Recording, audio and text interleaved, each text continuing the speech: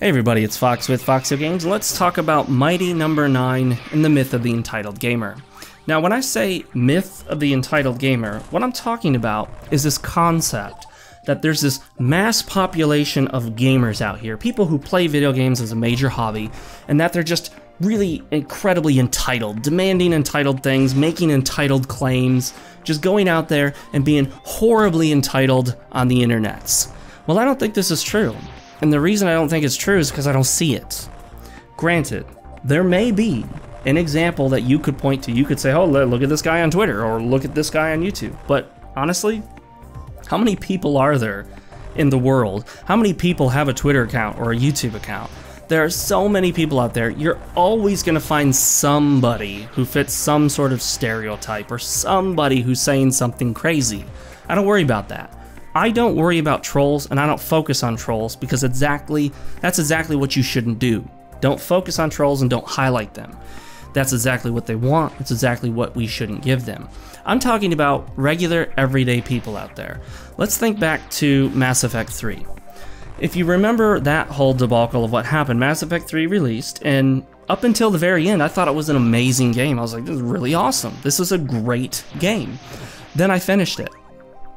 And like I think most people, you realize, wait a minute, this ending isn't quite good enough, because the developer told us that many of the things we did throughout the entire series would have an impact on the ending, and that specifically we would not get an A, B, or C ending. And actually, Mass Effect 3 originally had merely an A, B, or C ending, and the vast majority of every decision you made in the game had zero effect on the ending.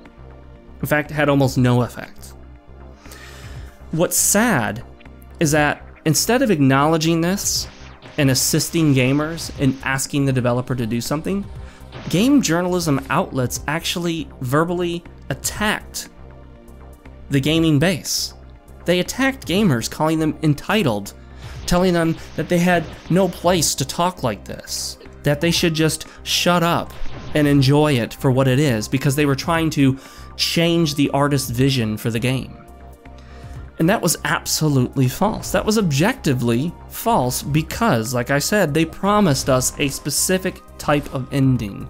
An ending that would incorporate many of the decisions, an ending that wouldn't simply have 3 choices, and they gave us an ending with 3 choices, and virtually nothing else affected the ending.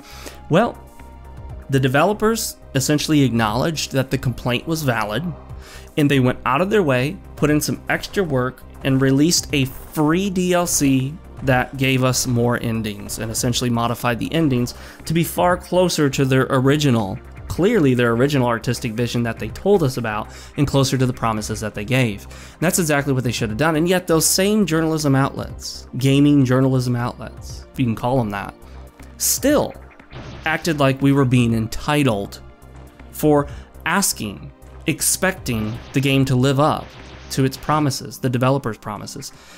And in the same way, I look at Mighty Number 9. I haven't purchased it. I haven't played it. You can tell because if you look at this video, I'm actually playing another Metroid 2 remake. It's totally unofficial. I hope the project isn't taken down by you-know-who, but there's a link in the description if you want to check it out. I really like it. The guy who developed this did an amazing job. I really enjoy it. But anyway, Mighty Number 9 obviously started out as a Kickstarter, and it was by Keiji Inafune, who was one of the developers of Mega Man. And he basically wanted to create a sort of spiritual successor to the Mega Man series, because the Mega Man series, as all of us know it, the classic Mega Man fans, you know, who played it back in the day, it sort of died off. The current incarnations of Mega Man, or the most recent ones, just aren't really Mega Man that I remember. And so a lot of people jumped on board. He got several million, what was it, $3-some million to do it? And then along the way, there were some road bumps. They brought someone in onto the team that clearly didn't need to be there, and many of you know what I'm talking about. I won't get into the details there, but clearly she didn't need to be on the team. She didn't really have qualifications to be there, and she did damage to the reputation of the developer and actually hurt the whole development process and caused a lot of turmoil in the community surrounding the game, even the Kickstarters who backed it. And so ultimately that was taken care of eventually. Then, you know, the game gets delayed, and there are all sorts of little road bumps that keep popping up, and then they become giant, you know, potholes, and finally we figure, okay, this isn't quite working out the way we expected, but it will come out, and it will be essentially what was promised. Mighty Number 9 has released, and lo and behold, not terribly surprisingly, it's another Kickstarter that hasn't fully met the expectations of its backers. Did Mighty Number 9 release? Yes. Did it release in essentially a finished state for the most part? Yes, although the Wii U version is rumored. Supposedly, it's been established that it can brick a Wii U, though I haven't seen that myself, but I'm sure there's stuff out there about it. Supposedly, the game has a lot of issues, and reviewers seem to be indicating that the game isn't really worth buying, particularly not at the full price.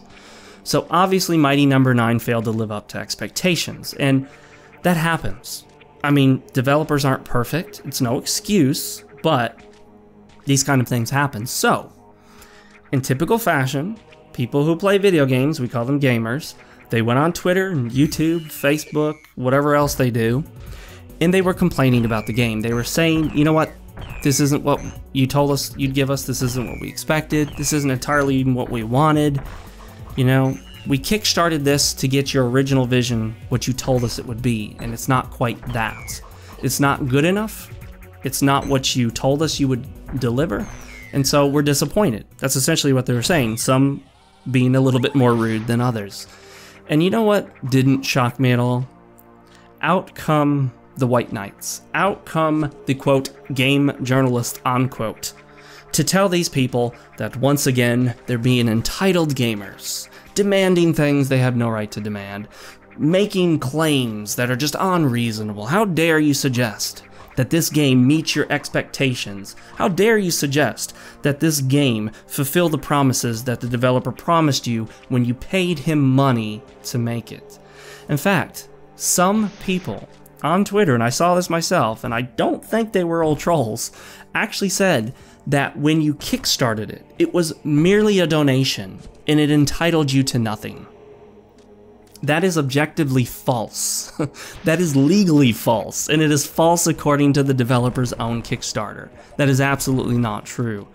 Once you kickstarted it with a certain amount of money, it entitled you to whatever that backer reward was, which is, for most people, at least the game, if not more than that. Mighty Number 9 failed to live up to expectations. It got panned by many reviewers, and at best, most people are saying it's either mediocre or just fairly good. It's not great. It's certainly no successor to Mega Man in most people's opinion, and it doesn't live up to those expectations. I don't think there's anything entitled about expressing your views on that point. And when people say things like, well, you should be happy you got anything at all, I find that actually quite ridiculous. That we should just accept whatever is given to us, regardless of promises, regardless of reasonable expectations, regardless of what could be considered a reasonably good game. We should just be happy that we got anything at all, as if we're beggars, you know? As if we're sitting on the street corner with, you know, a tin can begging for a video game. Please give me a video game. And someone comes by and takes pity on us and drops Mighty Number 9 into the can. That's not how it worked. If you bought Mighty Number 9, you bought Mighty Number 9. If you kickstarted it, you paid money. And you paid money on the basis that something would be given to you, and that something was explained in pretty good detail by the developer. I don't think there's anything entitled about what gamers are doing in this regard. Now granted, could some people be more polite about it? Yeah, of course. Do some people take it to an extreme? Yes, of course. Could we give better feedback in general? Yeah, of course, you can always do better. But imperfections are no reason to criticize the entirety of the gaming base just because they're not happy with the product, especially when their expectations were entirely reasonable, and even more so when their expectations were based on promises from the developer. That's not entitled. That's entirely reasonable. That's called being a good consumer. And if a product is not fit for purpose, or if a product fails to deliver on what it's advertised to deliver, that's serious. That's a big issue. And in many cases and in many countries, it does in fact legally entitle you to a refund. And certainly, it gives you a social right in a sense, not a human right, not a constitutional right in the United States, but it gives you the social right to go out there and complain about it because you bought it, you paid for it. So you laid your money down and said, I'll take this, and if it doesn't live up to your expectations, then you have every social right to complain about it. That's not entitled. But as always, I'd love to hear your opinion. Please list it in the comment section below. If you haven't already, you can like the video or you can dislike it. Make sure to subscribe if you haven't already and check the video descriptions for all those other links to Twitch, YouTube, my other YouTube channel. I have a Let's Play channel, all sorts of other things. I'm Fox of FoxeoGames, and I'll see you guys next time.